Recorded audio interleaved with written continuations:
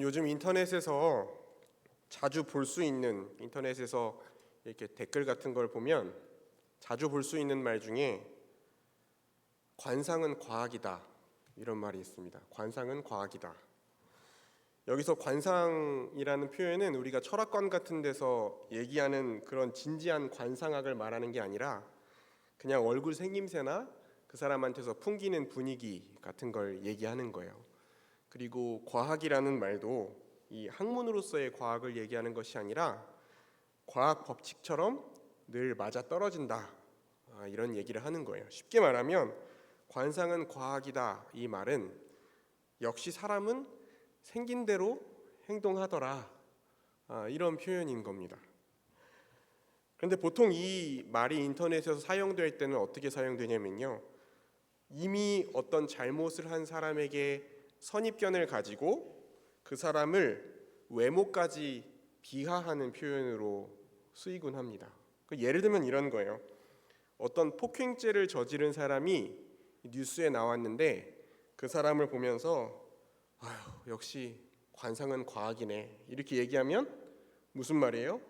쟤는 생긴 것부터 폭행하게 생긴 앤데 역시나 그렇게 행동하는구나, 이런 표현으로 쓰는 거예요. 여러분, 이런 표현은 우리가 사람을 대할 때 외모나 인상만 보고 그 다른 사람에 대해서 선입견을 갖게 하는 그런 문제가 있는 표현인데도 불구하고 진심 반 조롱 반으로 아주 흔하게, 아주 아무렇지도 않게 쓰이고 있습니다. 제가 어렸을 때만 해도, 지금도 어리지만 제가 진짜 어렸을 때만 해도 외모나 돈보다는 사람의 성실함이나 정직함이나 성품이 더 중요하다는 생각이 암묵적으로 통했던 것 같아요. 그리고 너무 사람의 외모만 따지거나 너무 돈만 밝히는 사람에 대해서, 노골적으로 그렇게 표현하는 사람들에 대해서 굉장히 부정적으로 보는 시선들이 있었는데, 지금은 그냥 아무렇지도 않게 예쁘고 잘생기면 다 괜찮다거나 돈 많이 벌면 됐지 뭐가 문제냐라는 식의 표현을 아무렇지도 않게 받아들이는 시대가 됐습니다. 오히려 착하다는 표현이 오히려 무능력하거나 이 좀 모자란 사람, 부족한 사람, 좀 센스가 없는 사람, 이런 사람을 조롱하는 표현으로 쓰이잖아요. 우리가 애는 착해 이런 표현을 쓸 때 비꼬는 표현으로 이제 쓰지 않습니까? 근데 여러분, 우리는 그리스도인이잖아요. 그러니까 우리는 하나님의 말씀을 기준으로 또 성경의 가치를 따라서 생각하고 말하고 행동해야 하는 사람들입니다. 그러니까 어쩔 수 없이 척하는 것이 아니라 정말 하나님의 말씀이 사실이라는 것을 믿고, 그러니까 그 하나님의 기준을 따라서 그 하나님의 말씀대로 살아가기를 우리가 선택했을 때 정말 우리가 참된 평안과 기쁨과 진정한 자유를 누릴 수 있다는 사실을 믿고, 그게 정말 복된 길이라는 것을 믿고, 그 믿음 때문에 말하고 행동하고 생각하게 되는, 표현하게 되는, 그게 그리스도인의 삶이잖아요. 오늘 우리가 읽은 말씀은 이 설교 제목처럼 사람의 시선과 하나님의 시선이 다르다는 선언, 하나님이 직접 말씀하신 선언이 나타나는 말씀이에요. 그래서 오늘 본문은 다윗이 처음 이스라엘의 왕으로 기름 부음을 받는 그 내용을 담고 있습니다. 그런데 다윗이 이스라엘의 왕으로 기름 부음 받을 때 이미 이스라엘에는 왕이 있었어요. 누구죠? 네, 사울. 이스라엘의 초대 왕인 사울이 이미 왕위에 있었습니다. 그래서 여러분, 오늘 우리가 읽은 이 다윗이 왕으로 기름 부음 받는 장면의 의미를 우리가 더 잘 이해하려면 좀 앞으로 가서 사울이 처음 왕으로 기름 부었던 장면을 좀 살펴볼 필요가 있습니다. 사울이 왕으로 기름 부음 받는 장면은 사무엘상 9장에 나오는데요. 9장 2절에서 사울이 처음 딱 등장했을 때, 그러니까 성경이 처음 사울이라는 사람을 소개할 때 표현을 보면 이렇게 기록하고 있습니다. 제가 한번 읽어보겠습니다. 기스에게 아들이 있으니 그의 이름은 사울이요 준수한 소년이라.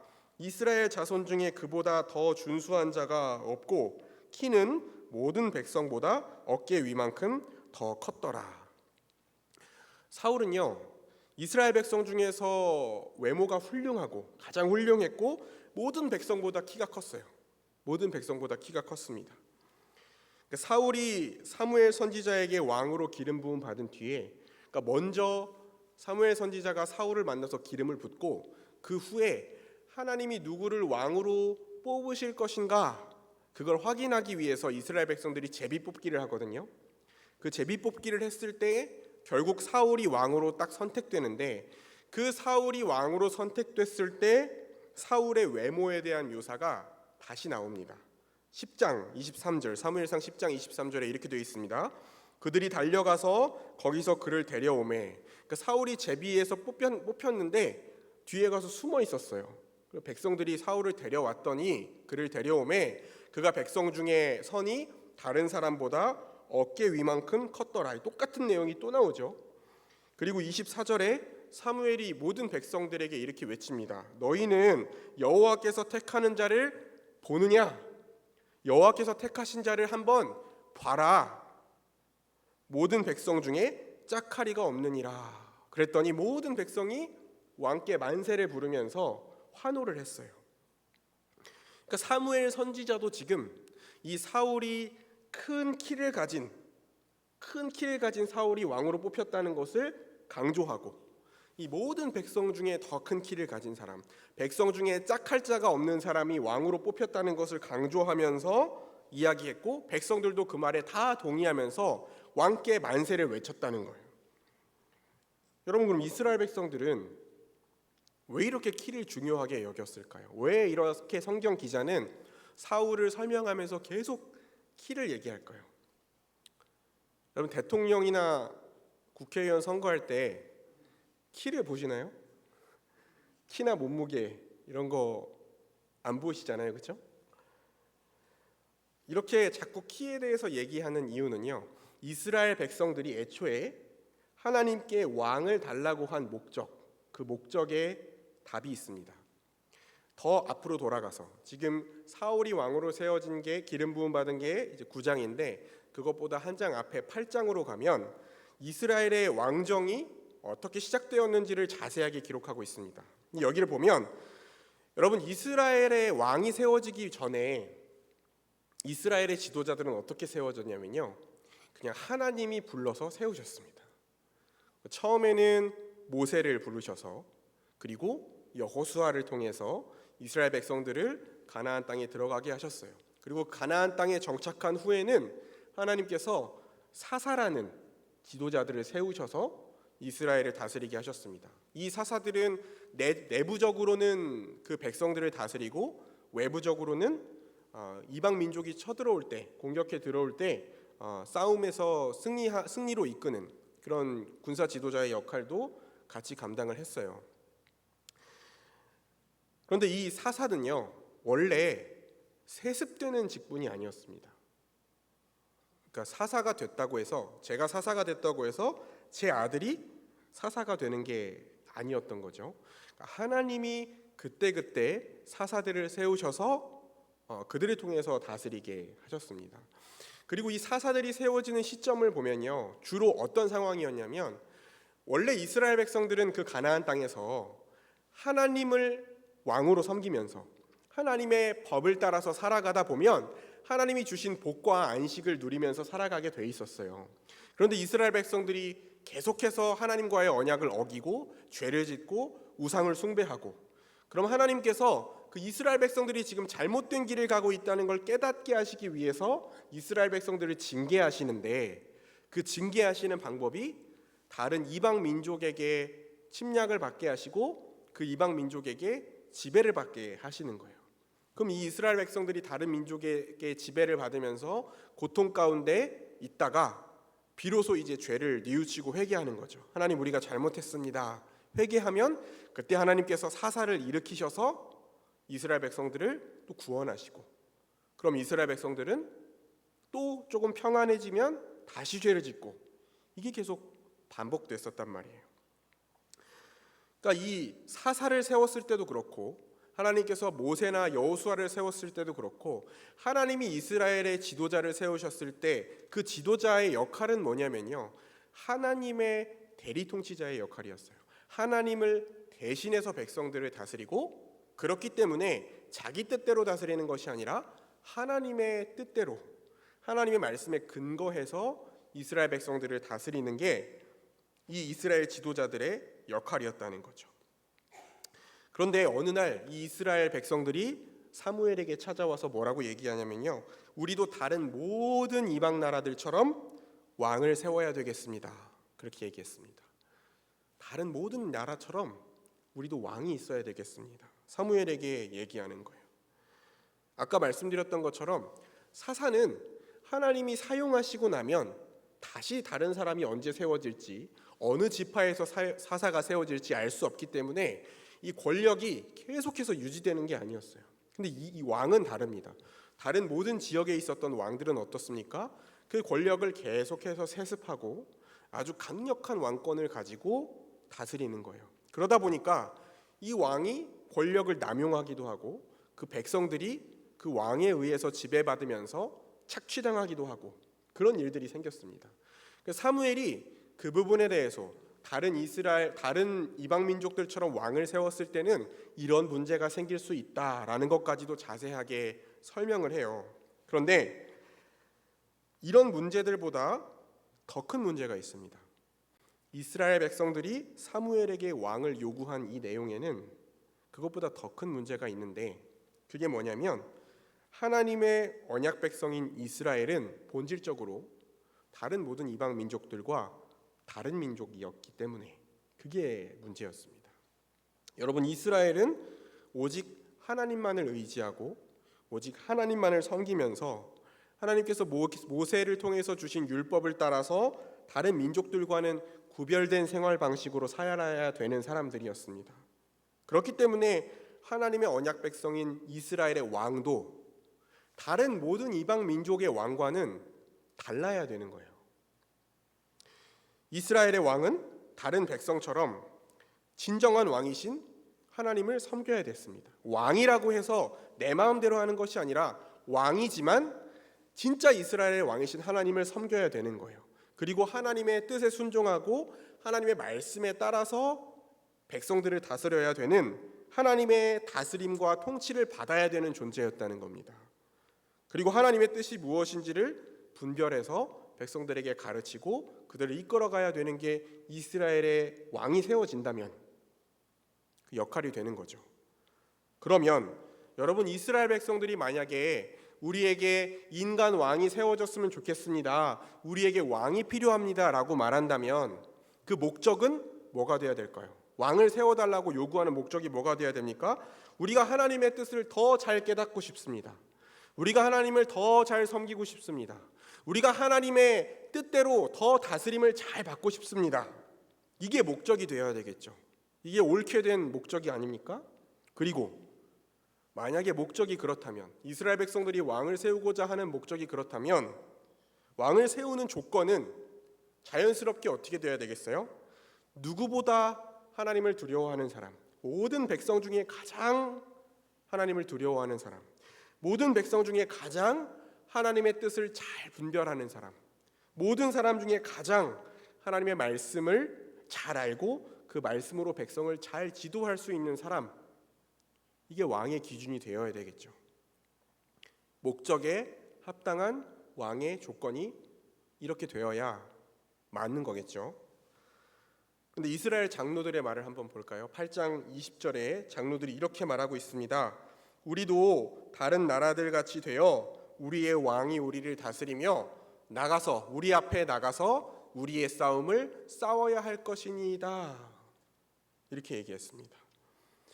여러분, 이스라엘 백성들이 하나님 앞에 죄를 짓고 그 죄의 징계를 받아서 이방 민족들의 침략을 받고 지배를 받는 것을 계속 반복하면서 이스라엘은 언제 어디서 사사가 세워질지, 언제 하나님이 구원의 은혜를 베푸실지 그 눈에 보이지 않는 하나님만을 의지하면서 살아가는 것이 너무 불안하고 답답했던 것 같아요. 그래서 우리도 다른 나라와 같이 다른 나라와 전쟁을 치를 때 우리의 앞서 나가서 싸울 믿을 만한 군사적 지도자, 그게 필요하다라고 생각했던 것입니다. 여러분 방금 읽었던 그 짧은 문장에 8장 20절 그 짧은 문장에 우리라는 표현이 계속해서 반복돼요. 우리도 다른 나라들 같이 되어 우리의 왕이 우리를 다스리며 우리 앞에 나가서 우리의 싸움을 싸워야 할 것이니이다. 이스라엘의 장로들은요, 여호와의 전쟁이 아니라 하나님의 전쟁이 아니라 다른 모든 열방의 나라들처럼 다른 모든 이방 민족들처럼 그들의 전쟁, 인간의 전쟁을 수행할 왕, 눈에 보이지 않는 여호와 대신 눈에 보이고 신뢰할 만한 군사적 지도자를 왕으로 세우고 싶었습니다. 그래서 첫 번째 왕을 세울 때에, 사울을 세울 때에 키가 크고 준수한 자, 그것이 그렇게 중요했던 거예요. 사울은 강력한 군사적 지도자의 적합한 외모를 가진 사람들이었습니다. 누가 봐도 저 사람이 우리의 앞에 나가서 싸울만 하다, 누가 봐도 저 사람이 우리를 전쟁으로부터 승리로 이끌 만한 외모를 가진 사람이다 라고 판단했던 겁니다. 그리고 그들이 기대한 대로, 물론 하나님이 함께 하셔서 그렇지만 사울은 전쟁에 나가서 이방 민족들과 싸워서 승리를 거두기 시작합니다. 그런데 결국 사울은 진정한 왕이신 하나님의 왕권을 인정하지 않고 하나님의 말씀에 불순종하기 시작했어요. 하나님을 경외하는 겸손한 마음이 없었습니다. 하나님이 분명하게 말씀하셨음에도 불구하고 하나님이 왕이시니까, 하나님이 이렇게 말씀하셨으니까 나는 그대로 다 지킨다, 그게 아니라 하나님이 이렇게 말씀하셨지만 내가 판단하기에 이게 더 효과적인 것 같다, 내가 판단하기에 이게 더 많은 이익을 얻을 수 있을 것 같다 라고 스스로 판단하는 대로 행동하기 시작했습니다. 하나님의 말씀에 순종하기보다 자기가 판단할 때 더 효율적인 방법, 더 많은 이익을 얻을 수 있는 길을 선택했고, 하나님의 말씀보다 백성들의 목소리, 백성들의 인기에 더 귀를 기울이기 시작했어요. 그리고 사람들 앞에서 자기가 높임을 받기를 원했습니다. 그래서 버림을 받았어요. 그래서 하나님께서 버림을 받았습니다. 그리고 하나님께서는 다른 내 마음에 합한 자를 왕으로 내가 세우겠다라고 말씀하신 것이죠.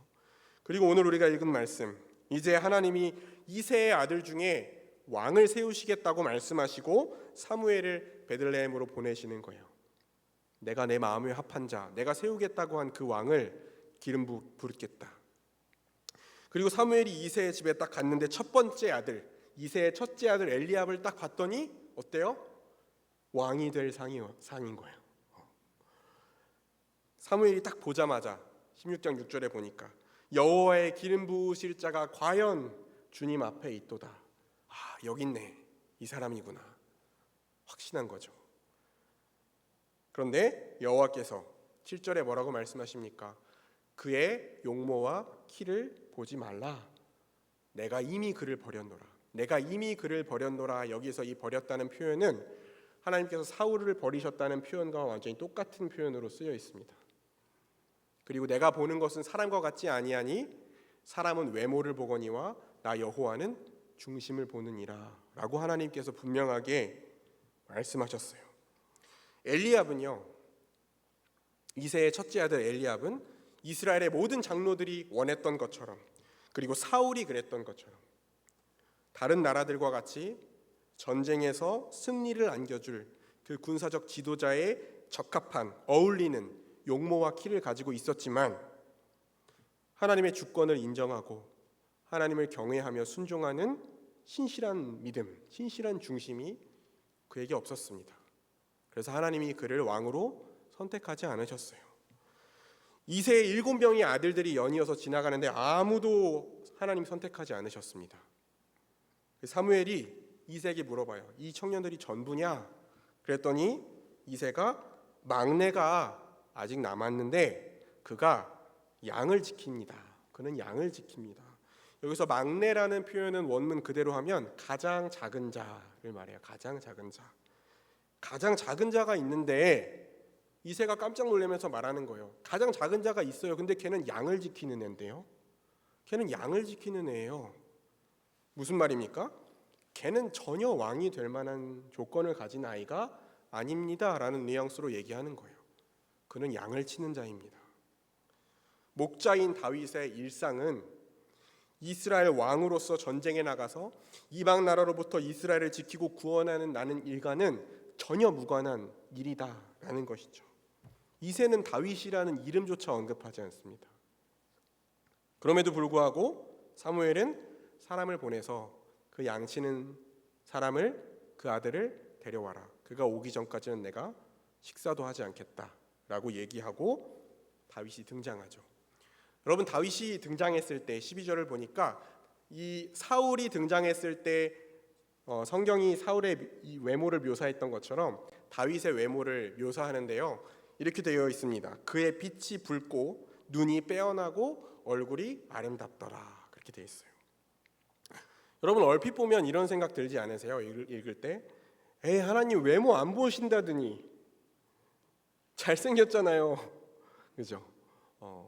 빛이 붉고 눈이 빼어나고 얼굴이 아름답다. 분명히 방금 전에 외모 안 보신다 그랬는데, 그렇죠? 여기서 빛이 붉고 얼굴빛이 붉었다는 건요, 다윗이 볼이 발그스레한 어린아이였다는 것을 말합니다. 그리고 눈이 아름답고 얼굴이 준수했다는 건 전쟁에 나가서 싸울 전사와는 거리가 먼 곱고 예쁘장한 외모였다는 거예요. 그러니까 다윗은 이스라엘 백성이 원했던 왕의 조건과는 정반대의 외모를 가지고 있었던 겁니다. 그런데 하나님은 사무엘에게 이가 그니 일어나 기름을 부으라 라고 말씀하셨습니다. 하나님은 그렇게 왕에게 기름 부음 받는다고 했을 때 불러오지도 않았던 아들, 왕이 되리라고 생각하지도 않았던, 그리고 이스라엘이 요구하는, 이스라엘이 원했던 왕의 조건에 전혀 부합하지 않은 사람을 왕으로 선택하시고 그에게 기름을 부으셨습니다. 여러분, 오늘 우리가 이 말씀을 읽으면서 잘 아는 말씀이잖아요. 많이 들어봤던 말씀이잖아요.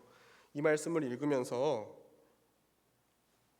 사람의 기준과 하나님의 기준은 다르고, 사람은 외적 조건을 보지만 하나님은 중심을 보신다. 이 말을 듣고 다윗이 기름 부음 받는 장면을 보면서 우리가 오해할 수 있는 건 뭐냐면요, 하나님은 오히려 조건에 안 맞는 사람을 쓰시는구나, 오히려 조건에 부족한 사람을 쓰시는구나, 하나님은 너무 잘난 사람보다는 오히려 못난 사람을 쓰시는구나, 이렇게 오해할 수가 있어요.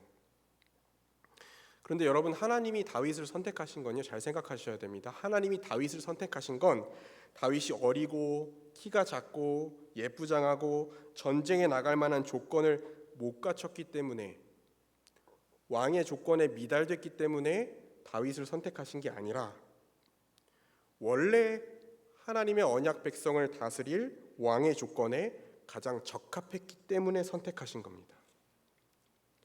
하나님이 조건에 안 맞는 사람을 선택하신 게 아니라 이스라엘에 가진 조건이 잘못됐던 겁니다.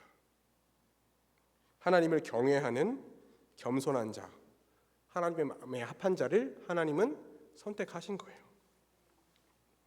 하나님께서 애초에 왕이 될 조건이 안 맞지만 그럼에도 선택하고 사용하신 것이 아니라 애초에 이스라엘이 왕이 될 사람의 기준을 잘못 세운 거예요. 하나님의 말씀과 상관없이 세운 겁니다. 그 기준을. 애초에 기준을 잘못 세웠기 때문에 자기들이 생각하기에 이 기준에 정말 잘 맞는다는 사람을 세워도 하나님이 그 사람을 버리신 거예요.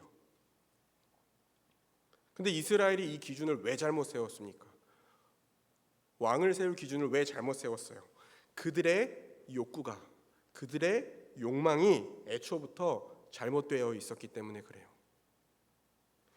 하나님을 의지하고 이방 민족들로부터 계속 공격받고 이방 민족들의 지배를 받고 하나님의 징계를 받을 때 하나님을 의지하고 우리가 하나님의 말씀에 맞춰서 죄를 회개하고 우리가 바로잡자, 우리가 하나님께로부터 징계받지 않도록 우리가 더 하나님의 말씀에 순종하자, 우리가 죄를 회개하고 다시 하나님께로 돌아가자, 그렇게 마음먹은 것이 아니라 여전히 죄를 지으면서 이방 민족들의 침략을 막을 힘을 스스로 기르려고 했기 때문에, 하나님 없이도 스스로 안전하게 살 궁리를 했기 때문에 그들의 잘못된 욕망으로부터, 그들의 잘못된 욕구로부터 잘못된 왕의 기준이 만들어진 거예요. 그래서 여러분, 우리가 내가 어떤 사람이 될 것인가, 내가 어떤 사람이 되고 싶은가, 또는 우리가 어떤 사람을 세울 것인가, 이거 고민하고 분별할 때에 우리가 기준을 만들어 놓고 이 사람이 이 기준에 얼마나 충족시키는가, 이 기준에 얼마나 적합한가, 이걸 우리가 고민해 보는 것도 중요하지만 근본적으로 그 기준이 올바른가부터 돌아봐야 됩니다. 그 기준이 올바른가를 반드시 점검해야 돼요. 지금 내가 나를 판단하는 기준, 지금 내가 다른 사람을 판단하는 기준이 성경적인가? 그리스도인이기 때문에 늘 점검해야 된다는 거예요. 그러면 이 기준이 성경적인지, 이 기준이 올바른지 판단하는 정말 확실한 기준은 뭐냐면 그 기준을 세운 나의 욕구, 그 기준을 세운 나의 욕망이 뭔가를 점검하는 겁니다. 내가 이런 사람이 되고 싶어요. 나는 이런 사람이 될 거예요. 난 이런 사람이 되기를 꿈꿔요. 라고 말할 때 그런 사람이 되고 싶어 했던, 그런 사람을 내 꿈의 기준으로 세웠던 나의 욕구가 무엇인가? 나는 이 사람과 함께하고 싶어요. 난 이 사람이랑 함께하기 싫어요. 라고 판단했을 때, 저 사람 좋은 사람이에요. 저 사람은 진짜 아니에요. 라고 얘기할 때, 그렇게 생각하게 만든, 그 기준을 정하게 만든 내 욕구는 무엇이고 내 욕망은 무엇인가? 그게 하나님이 기뻐하시는 마음인가? 그게 성경적인 기준인가? 이걸 우리가 분별해야 됩니다. 그리고 잘못되었다면 바로 잡아야 되는 것이죠. 여러분이 이기적이고 자기중심적이고 또 물질과 쾌락이 중심이 되어서 가치가 혼란한 세대를 우리가 살아가고 있는데, 이 세대 가운데 우리의 기준이, 우리가 우리 자신을 판단하고 다른 사람을 판단하는 기준이 복음에 합당한 기준으로 세워질 수 있기를 주의 이름으로 축원합니다. 그거는 그냥 단지 내가 정말 엄격하게 판단했다, 내가 정말 높은 기준으로 판단했다, 내가 신중하게 검토했다, 정량적으로 정성적으로 내가 체계적으로 검토했다, 내가 똑똑하게 고민했다, 거기에 달려있는 게 아닙니다. 나의 욕망과 나의 욕구를 깊이 들여다보면서 성령의 조명하심 가운데 그 하나님 앞에 철저히 겸손하게 엎드릴 수 있을 때, 그때에 비로소 우리의 잘못된 기준을 우리가 조정하고 하나님의 기준을 따라갈 수 있어요. 쉽지 않은 일입니다. 하나님이 은혜를 주셔야만, 우리가 정말 진지하게 하나님 앞에 겸손히 엎드려야만 우리가 우리의 왜곡된 기준 그리고 왜곡된 욕망을 발견하고 하나님께서 은혜 주셔야만 우리가 그것들을 바로잡을 수 있습니다. 이 우리 자신의 욕망과 기준을 분별하고 바로잡는 은혜, 사람의 기준이 아니라 하나님의 기준을 따라갈 수 있는 은혜가 저와 여러분에게 있기를 주의 이름으로 축원합니다. 기도하겠습니다. 하나님 아버지, 이스라엘 백성들의 잘못된 욕망이 잘못된 왕의 기준을 만들었고, 그 기준을 쫓아서 왕을 세우려고 할 때 하나님께서 나는 그를 이미 버렸다, 나의 기준은 사람의 기준과 다르다 라고 말씀하신 그 이야기를 우리가 함께 나누면서 우리가 사람을 판단하는 기준, 나를 판단하는 기준이 어떻게 되어 있는지를 돌아보게 하시니 감사합니다. 하나님, 우리에게 성령으로 조명하셔서 우리의 깊은 조명, 우리의 깊은 중심을 우리가 정직하게 바라볼 수 있게 하시고, 내 안에 왜곡된 욕망으로 인하여서 잘못된 기준을 가지고 내 자신을 판단하고 다른 사람을 판단하고 정죄하는 그런 모습들이 있다면 하나님께서 바로잡을 수 있는 은혜를 허락하여 주시고 우리가 모두 다 하나님이 기뻐하시는 기준으로 우리의 기준을 바꿔갈 때 우리 대전 남부교회가 하나님이 기뻐하시는 자들로 날마다 세워져 가며 또 하나님이 기뻐하시는 사람들을 세우는 교회가 될 수 있을 줄 믿사오니 하나님 우리에게 그 은혜를 베풀어 주옵소서. 예수님 이름으로 기도합니다. 아멘.